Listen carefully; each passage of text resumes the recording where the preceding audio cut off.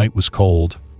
The wind howled through the cracks in the old house, and a single flickering candle cast eerie shadows on the walls. Neil sat at his desk, his face illuminated by the glow of his computer screen. He was editing his latest horror animation for his YouTube channel, Horror Animated Stories. He prided himself on his ability to craft eerie, unsettling tales, but tonight, something felt off. As he scrolled through the animation timeline, something odd caught his eye. A frame single, almost imperceptible frame that he hadn't placed there. It was an image of a dark, twisted figure with hollow eyes and a gaping mouth, staring right at him. His breath hitched. "Must be a glitch," he muttered, shaking his head. He deleted the frame and continued editing. But as the night stretched on, more strange things happened. The screen flickered, whispers hissed through his headphones, and his computer mouse moved on its own. At first, Neil blamed exhaustion. He had been working for hours after all. But then, as he played back the animation, the figure reappeared closer, its face more defined, its eyes black as the abyss. A cold sweat dripped down his back. He checked his files. The frame didn't exist. Yet, every time he played the video, it was there, creeping closer, its mouth widening into an unnatural grin. Neil turned off his computer and leaned back, rubbing his eyes. "I need a break." He stood up and stretched, but as he did, the room darkened. The candle flickered and then died, plunging the room into near darkness, save for the dim glow of his screen. The whispers grew louder. Then, his speakers let out a deep, guttural laugh. The hair on his arms stood on end. He turned back to his computer screen and gasped. The figure was gone from the animation, but it was now reflected in the dark screen of his monitor, standing behind him. Neil spun around, but there was nothing there. His heart hammered in his chest. He exhaled sharply and laughed nervously. "Just my imagination." Ding. A notification popped up on his screen. New file added. The Shadow. MP4. His hands trembled as he moved the cursor to open the file. The video started playing. It showed his own room, his desk, his chair, but the camera angle was from behind him. Neil's breath hitched. He turned around again. Still nothing. The video continued. He watched himself on the screen, staring at the monitor, looking around nervously.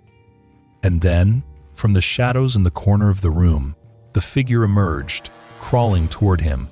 Neil's pulse pounded. He reached for the power button, but his screen froze.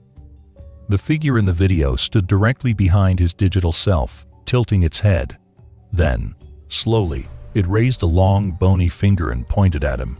The whispers became screams. Neil stumbled back, knocking over his chair. The screen flickered violently. A cold hand gripped his shoulder. He turned, but there was nothing. Then, the screen went black. A new notification appeared.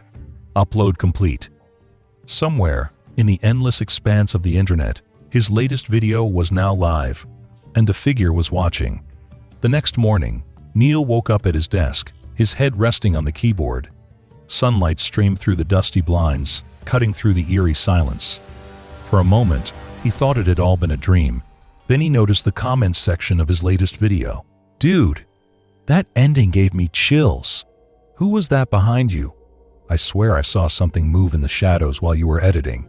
What kind of crazy effects did you use? That thing looked real." Neil's blood ran cold. He clicked on the video, his finger hovering over the pause button, ready to analyze every frame. The video played normal at first.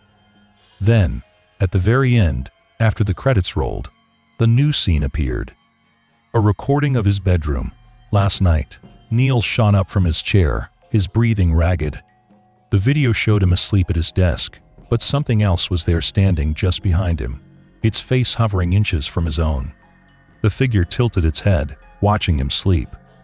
And then, in the video, it turned to look directly into the camera. Neil scrambled to delete the file, his fingers shaking, but an error message popped up. "File cannot be deleted." The whispers started again. Then, the screen went black. This time, Neil wasn't sure if it would ever turn back on. Days passed, and Neil refused to touch his computer. He couldn't shake the feeling that he wasn't alone.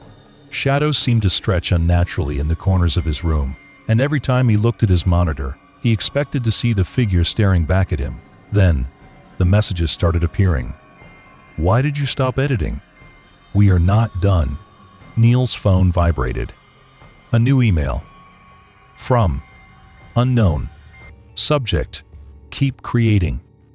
Attached was an image. A screenshot of his desktop, except the background had changed. It was a dark, grainy image of himself sleeping. But in the photo, his reflection in the monitor showed the figure, its grin stretching unnaturally wide. Neil slammed his laptop shut, his breath ragged. He decided to leave the house for fresh air. But as he reached for his door handle, his phone buzzed again. A new notification. Live stream starting. His blood ran cold. He hadn't set up any live stream. He turned on his phone and opened the link.